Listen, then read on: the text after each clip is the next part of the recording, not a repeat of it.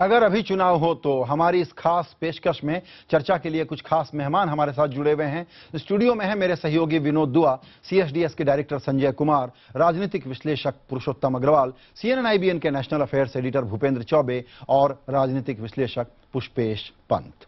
शुरुआत करते हैं महाराष्ट्र के नतीजों से। महाराष्ट्र में लोकसभा की 48 सीटें हैं। महाराष्ट्र उत्तर प्रदेश के बाद सबसे ज्यादा सीटों वाला राज्य है। यहां कांग्रेस और एनसीपी के सामने प्रदर्शन को दोहराने की चुनौती है। राज ठाकरे के मोदी समर्थन से स्थिति थोड़ी बदलने की संभावना दिखती है। लोकसभा चुनाव के नतीजे बीजेपी और शिवसेना गठबंधन पर असर डाल सकते हैं। वहीं कांग्रेस का प्रदर्शन उसके भविष्य को तय करेगा। अब नतीजों पर आते हैं। महाराष्ट्र के लोगों के लिए केंद्र और राज्य सरकार का कामकाज कैसा लगता है उनको। मार्च में हुए सर्वे में जो राय मिली उसके मुताबिक राज्य सरकार के प्रति संतुष्टि का कुल स्तर यानी कि नेट सेटिस्फैक्शन -9% है, जबकि केंद्र सरकार के प्रति संतुष्टि का कुल स्तर 1% है।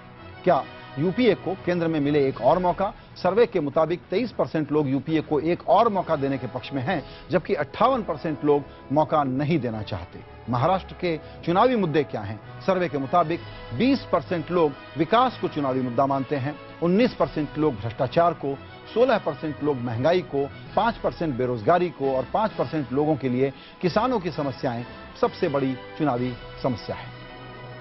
आइए चर्चा शुरू करें। विनोद जी, महाराष्ट्र के आंकड़े में एक खास बात यह है कि संतुष्टि के आंकड़े को लेकर के यूपीए के खिलाफ भी एंटी इनकम्बेंसी है और राज्य सरकार के बारे में एंटी इनकम्बेंसी अब थोड़ी बढ़ी है, जबकि हम समझते थे कि अशोक गहलोत और शीला दीक्षित के बाद एक ऐसा मुख्यमंत्री है जो वहां पर बेहतर प्रदर्शन कर रहा हो। शायद ऐसा बिल्कुल नहीं दिख रहा, ऐसा बिल्कुल भी नहीं दिख रहा, बल्कि जो स्कैम्स की लंबी चौड़ी लिस्ट आई उसमें आदर्श भी एक बहुत बड़ा घोटाला रहा। और उसके अलावा जब अशोक चौहान को टिकट दिया गया है उसने भी लोगों को सोचने पर मजबूर किया है। और पृथ्वीराज चौहान की छवि को ऐसी तेज तर्रार काम करवा देने वाले मुख्यमंत्री की कभी रही नहीं है, तो मुझे कोई हैरानी नहीं है अगर इस तरह का सर्वे सामने आया तो। संजय जी, बिल्कुल हमारे आंकड़े भी बताते हैं कि जो मुद्दा, चुनावी मुद्दा, कौन सा मुद्दा आपके वोट को प्रभावित करेगा। अन्य सभी राज्यों में हमने देखा करप्शन जो मुद्दा है वो बहुत नीचे गिरता चला आया है। महाराष्ट्र में करप्शन दूसरे नंबर पे है।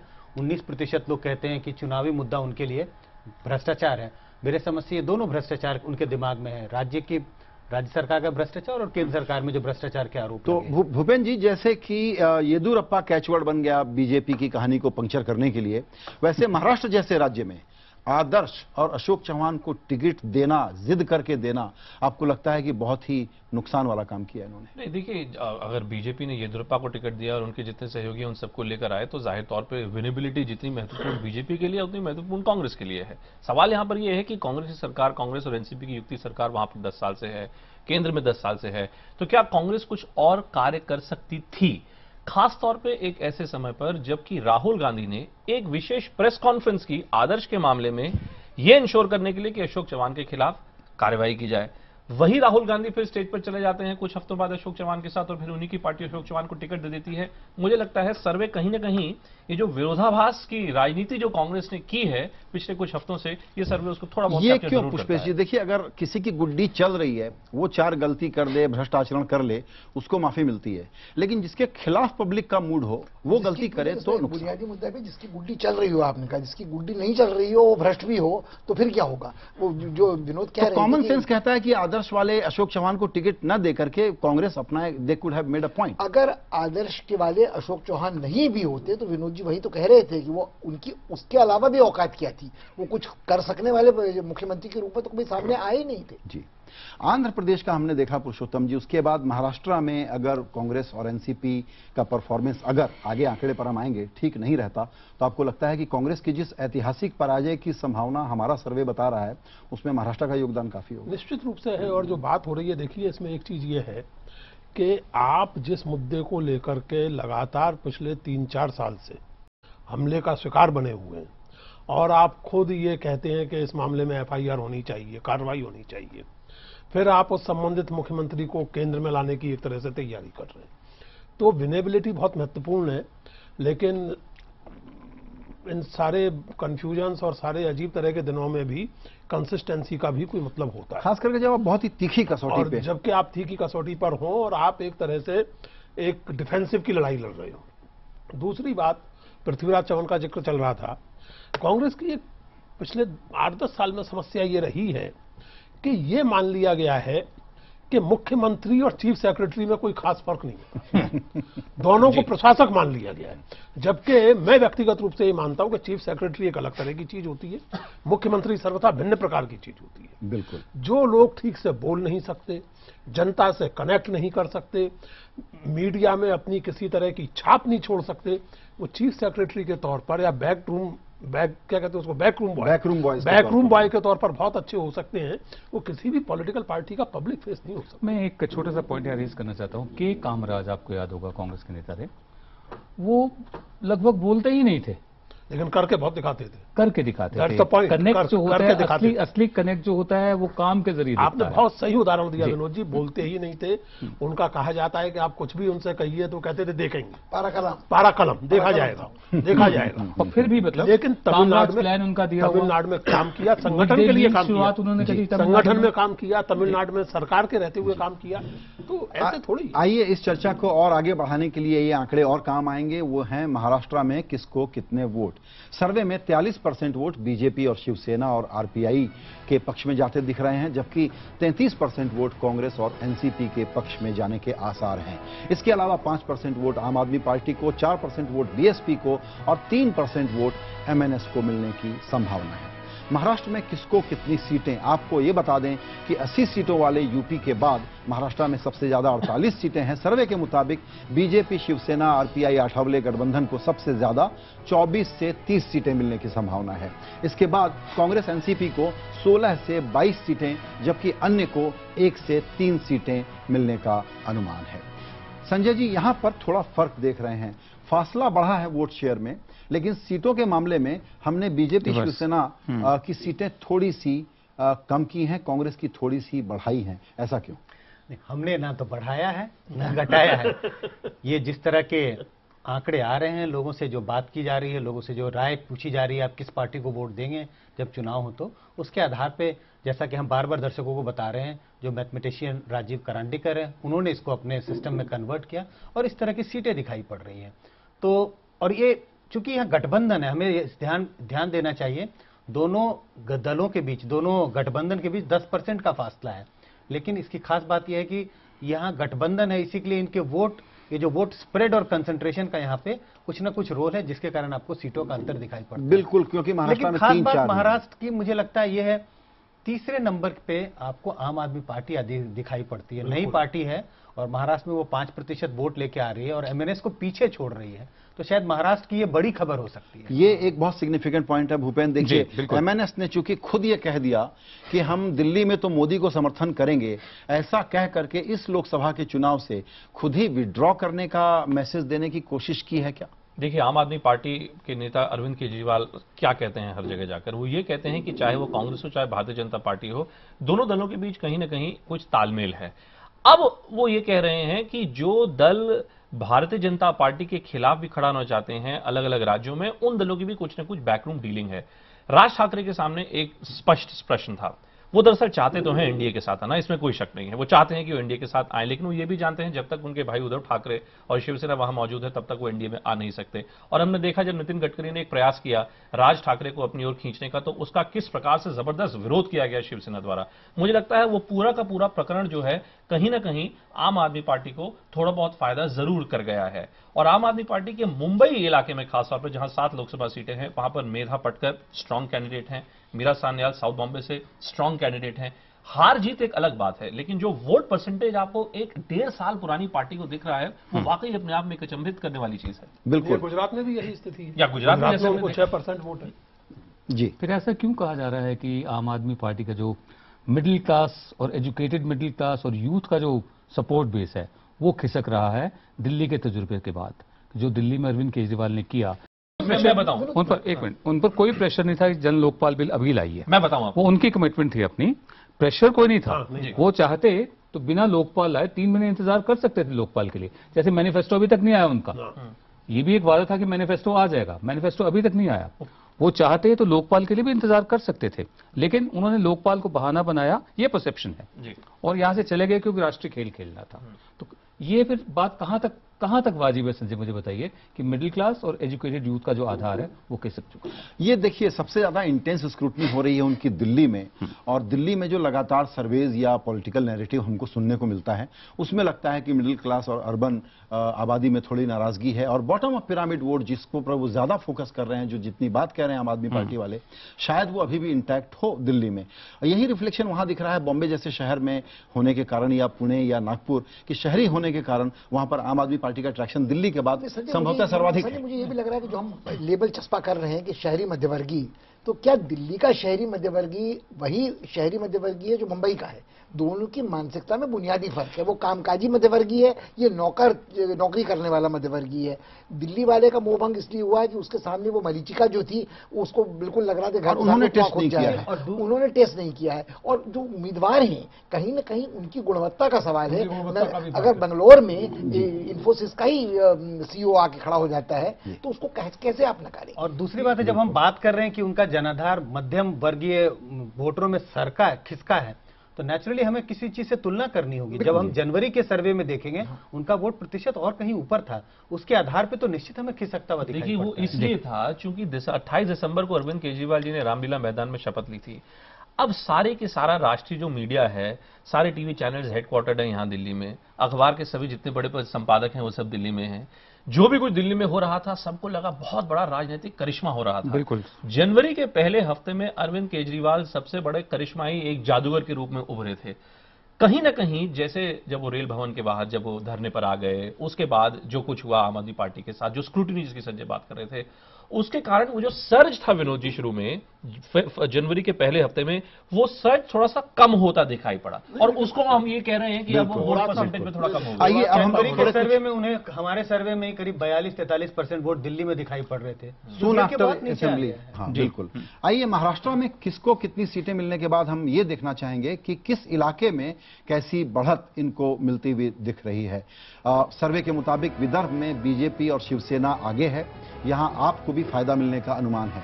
मराठवाड़ा में बीजेपी और शिवसेना और कांग्रेस और एनसीपी के बीच में बहुत ही कांटे की टक्कर है। पश्चिम महाराष्ट्र में कांग्रेस और एनसीपी को आसान बढ़त नजर आती है, जबकि उत्तर महाराष्ट्र में बीजेपी और शिवसेना को आसान बढ़त मिलने का अनुमान है। वहीं कोंकण में बीजेपी और शिवसेना आगे है और यहां आपको भी फायदा मिलने की संभावना है। महाराष्ट्र में किसका कहां समर्थन है? सर्वे में मिली राय के मुताबिक ग्रामीण इलाकों में 39% वोट बीजेपी के पक्ष में है, जबकि 36% वोट कांग्रेस के पक्ष में है। शहरी इलाकों की बात करें तो यहां का 48% वोटर बीजेपी वाले गठबंधन को पसंद कर रहा है और 29% वोटर कांग्रेस के गठबंधन को पसंद कर रहे हैं। महाराष्ट्र में किस तबके को कितना समर्थन मिल रहा है? इसमें मराठा वोट को देखें अगर जातीय तबकों के आधार पर, तो बीजेपी को और 33% मराठा वोट कांग्रेस को मिलने की संभावना दिखती है। अन्य उच्च जातियों का 58% वोट बीजेपी के पक्ष में और 23% वोट कांग्रेस के पक्ष में जाता दिख रहा है। ओबीसी की बात करें तो 49% ओबीसी बीजेपी के पक्ष में, 28% वोट कांग्रेस के पक्ष में जाने का अनुमान है। अनुसूचित जातियों का 32% वोट बीजेपी और कांग्रेस को मिलने की संभावना है। इसके अलावा अनुसूचित जातियों का 39% वोट बीजेपी प्लस और 43% वोट कांग्रेस को मिलता हुआ दिख रहा है। मुस्लिम वोटों की बात करें तो बीजेपी के पक्ष में महज 5% वोट और कांग्रेस के पक्ष में 84% वोट जाते हुए दिख रहे हैं। महाराष्ट्र का सिग्निफिकेंस ये है पुरुषोत्तम जी कि सामाजिक शक्तियों के लिए, जिनको हम जातियां कह देते हैं, एक बहुत भारी प्रयोगशाला थी मॉडर्न होने की, प्रगतिशील होने की, और बीजेपी एक उच्चवर्णीय पार्टी के तौर पर वहां पर फोकस थी। लेकिन महाराष्ट्र में अब सभी जाति आधारों के बीच उनका एक इनरोड बनता हुआ नजर आ रहा है। देखिए, मैं ये बात तो इस चर्चा में पहले दिन से कह रहा हूं कि ये जो एक गिवन विजडम है जातियों के और भाजपा के सामाजिक आधार के बीच में, और जो ये मान लिया जाता है कि भाजपा ब्राह्मणवादी पार्टी है, मुझे इसमें बुनियादी संदेह। हिंदुत्व की बात आप जब करते हैं महाराष्ट्र के प्रसंग में, तो वहां केवल भाजपा नहीं बल्कि भाजपा से भी ज्यादा आक्रामक हिंदुत्व शिवसेना का है। शिवसेना का सामाजिक आधार क्या है? क्या शिवसेना ब्राह्मणों की पार्टी है या शिवसेना वर्णियों की पार्टी है? शुरू से वो जिनको आप ओबीसी कहते हैं उनकी पार्टी है। दूसरी बात ये कि इस जो अब इन्होंने अलायंस तैयार किया है वहां पर, वहां आरपीआई उनके साथ है।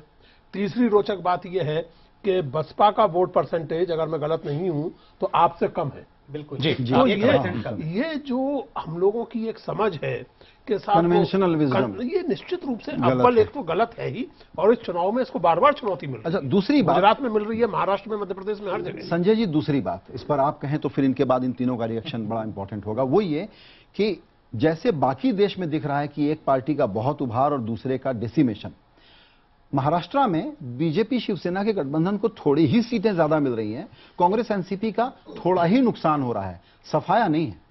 बिल्कुल, वोटों का प्रतिशत, जैसा मैंने कहा पहले भी, 10% का फासला है, लेकिन वो वोट इस तरह से कंसंट्रेटेड है एनसीपी और कांग्रेस के अपने गढ़ में कि 10% के फासले के बावजूद जो हमारा अनुमान है तकरीबन 20 सीटें वो जीत सकते हैं। 16 से 22 का हमारा आकलन है, उसमें शायद 18 या 20 सीटें वो जीत सकते हैं। तो पकड़ कांग्रेस की एकदम बिल्कुल समाप्त हो गई है महाराष्ट्र में, ऐसा नहीं है। महाराष्ट्र शिवसेना, महाराष्ट्र में कांग्रेस और एनसीपी अभी भी अपनी पकड़ कुछ बनाई हुई है। और इसमें एक दिलचस्प बात यह है विनोद जी कि कांग्रेस वाले अलायंस में एनसीपी कमजोर हो रही है हमारे सर्वे के नतीजों के मुताबिक, और बीजेपी शिवसेना अलायंस में शिवसेना कमजोर हो रही है। तो दोनों का एक एक सहयोगी कमजोर हो रहा है, इसलिए यह परिस्थिति बन रही है। मुझे एक बात थोड़ा समझाइए आप संजय। बोलिए। आपने केंद्र और राज्य सरकार का कामकाज, बहुत ही ड्रास्टिक फाइंडिंग्स हैं इसकी। इसमें यह कहा गया कि -9% राज्य सरकार का काम, मतलब, और केंद्र सरकार असंतुष्ट है वो, और केंद्र सरकार के काम से सिर्फ 1% संतुष्ट है।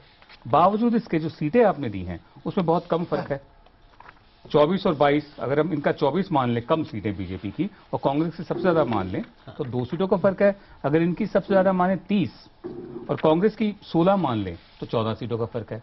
और जबकि कामकाज से जो असंतुष्ट लोग हैं, इतना ड्रास्टिक उसके रिजल्ट, ये कैसे है? जैसा पहले मैंने भी कहा था, ये जो हम आंकड़े प्रस्तुत कर रहे हैं दर्शकों के सामने, सरकार के कामकाज से संतुष्टि, ये 2 आंकड़ों का निचोड़ है। कितने लोगों ने कहा संतुष्ट हैं और कितने लोगों ने कहा असंतुष्ट हैं। इसकी संभावना है कि 50% लोगों ने कहा संतुष्ट, और या समझिए 40% लोग कह रहे हैं संतुष्ट हैं और 50% लोग कहते हैं असंतुष्ट हैं। तो आपको जो निचोड़ आता है -10% का, तो बटे हुए दिखाई पड़ते हैं इस इशू पे कि आप क्या कामकाज से संतुष्ट हैं या असंतुष्ट हैं। बिल्कुल आधे आधे बटे हुए दिखाई पड़ते हैं, और वही वोटों के आकलन में भी दिखाई पड़ता है। तो मुझे कुछ ज्यादा विरोधाभास दिखाई नहीं पड़ता है। -9% का। इसमें एक अर्थ ये भी निकल सकता है विनोद जी कि आप जो कंपैरिजन आप करने की चेष्टा कर रहे हैं आप, उसमें ऐसे बहुत से लोग हैं जिनको ये लगता होगा कि हम राज्य सरकार या केंद्र सरकार के काम से हम खुश तो बिल्कुल नहीं हैं, लेकिन जब वोट देने की बारी आती है तो हो सकता है कि चलिए जो स्थानीय जो कैंडिडेट है, हो सकता है कि हम उसको दे दें। अब जैसे अगर आप जो महाराष्ट्र में अगर आप जो रीजनल जो ब्रेकअप है अगर आप उसको देखें, तो जो इकलौता रीजन है जहां पर कांग्रेस एनसीपी बेहतर परफॉर्म करता दिखती है शिवसेना भाजपा के गठबंधन से, वो है वेस्टर्न महाराष्ट्र। अब वेस्टर्न महाराष्ट्र वो इलाका है जो शरद पवार का गढ़ है, वहां पर एनसीपी की अच्छी पकड़ है। अगर वही सिर्फ इलाका है तो, और आपका सर्वे लेकिन दिखाता है कि एनसीपी घट रही है, एनसीपी वीकन हो रही है, तो मुझे समझ नहीं आ रहा कि ये भी कॉन्ट्रडिक्शन दोनों एक साथ कैसे चल रहे हैं। और ऐसी परिस्थिति में पुष्पेश जी, सीटें कितनी भी हों, गठबंधन एरा में शरद पवार साहब के रोल की बड़ी चर्चा होती है। पोस्ट इलेक्शन आप समझते हैं कि वो किसी मेरे ख्याल महत्वपूर्ण, में जब से वो राजनीति में उन्होंने प्रवेश किया, उनकी चर्चा इसी संदर्भ में होती रही है कि वो कब प्रधानमंत्री पद पर काबिज हो जाएंगे। इसी कारण कि बाकी कोई उसके लायक समर्थ नहीं है। जितनी पार्टियां उतनी उन्होंने बदली हैं, जितनी मौका परिस्थिति से उन्होंने आचरण किया है। देखिए, उनकी बड़ी विचित्र स्थिति है। उनकी छवि धर्मनिरपेक्ष व्यक्ति की है, अल्पसंख्यकों के वो हिमायती हैं, उनके रिश्ते मुंबई के संगठित अपराधियों से जो मशहूर हस्तियों के समान हैं, उनके साथ करीबी बताए जाते हैं। क्रिकेट में उनकी दिलचस्पी अपने मंत्रालय के विभाग से ज्यादा होती है, मगर वो उस लिंगभेदी मानसिकता से भी बिल्कुल मुक्त है जिससे भारत के और राजनीतिग्रस्त हैं। कोई उन पर खाप पंचायत का आरोप नहीं लगा सकता। जब वो शपथ ग्रहण करते हैं तो ईश्वर के नाम पे नहीं, सोलमली अफर्म करते हैं। उनको अमेरिकी भी पक्षधर समझते हैं। वर्तमान प्रधानमंत्री उनको बुला के इसलिए कमाल का प्रोफाइल प्रधानमंत्री बुलाकर लाए थे कि वो सारे हिंदुस्तान को बारामती बना देंगे, और उन्हीं के चेले जो हैं वो गन्ने से ज्यादा अब शक्कर बन गए कलमाडी जो हैं। तो उनके बारे में जितना कहा जाए कम है। कि देखिए, हम लोगों ने भी इतनी लंबी चौड़ी चर्चा कर डाली कि क्या कांग्रेस को अशोक चव्हाण को टिकट देना चाहिए था, नहीं। वहीं दूसरी ओर आप शरद पवार का स्वरूप आप देख लीजिए, दुनिया भर के आरोप उनके ऊपर लग आईपीएल टीम से लेकर अंडरवर्ल्ड से लेकर पूंजीपतियों से लेकर अब्दुल करीम तेलगी तक लेकिन शरद पवार वही एकदम पाक साफ अभी बने हुए हैं, उनके ऊपर कोई प्रश्न चिन्ह नहीं पाक साफ नहीं बने पवार हुए हैं। साहब असल की में वो- वायबिलिटी नहीं, अभी भी नहीं, देखिए, अनक्वेश्चनेबल है। भूपेंद्र जी ऐसा है कि पाक साफ नहीं बने हुए, इन चीजों से ऊपर है। ऊपर उठ गए हैं। और जब कोई व्यक्ति इन परमहंस चीजों की मुद्रा में आ तो गए। जब परमहंस आप हो तो आप कोई कुछ आरोप लगाता रहे, क्या फर्क पड़ता है? जिससे आरोप लगाना है लगाता रहे। इसीलिए मेरा मूल सवाल यह था, जिससे हम थोड़ा सा डाइग्रेस कर गए, कि शरद पवार पोस्ट पोल इलेक्शन में एक रिलेवेंट प्लेयर हैं या नहीं। अगर अब मैं आपको एक चुटकुला बता दूं कि दिल्ली के सत्ता के गलियारों में क्या है कि कांग्रेस अगर ये चाहती है कि किसी प्रकार से नरेंद्र मोदी को रोका जाए तो श्रीमती सोनिया गांधी को शरद पवार के पास जाना चाहिए और कहना चाहिए कि जाओ, तुम जितने लोगों को खरीद सकते हो खरीद लो, हम तुमको समर्थन देने के लिए तैयार हैं। तो शरद पवार की वायबिलिटी हमेशा रहेगी। एक असाइनमेंट उनको देने की असाइनमेंट बात। देने की सर्वे में अभी हम बात कर रहे हैं महाराष्ट्र की। बाल ठाकरे की विरासत का असली हकदार कौन हो? सर्वे में जो राय मिली उसके मुताबिक 14% लोग उद्धव को हकदार मानते हैं, जबकि 27% शिवसेना समर्थक उद्धव के पक्ष में दिखे। वहीं 41% लोग राज ठाकरे के पक्ष में दिखे, जबकि 51% शिवसेना समर्थक भी राज को हकदार मानते हैं।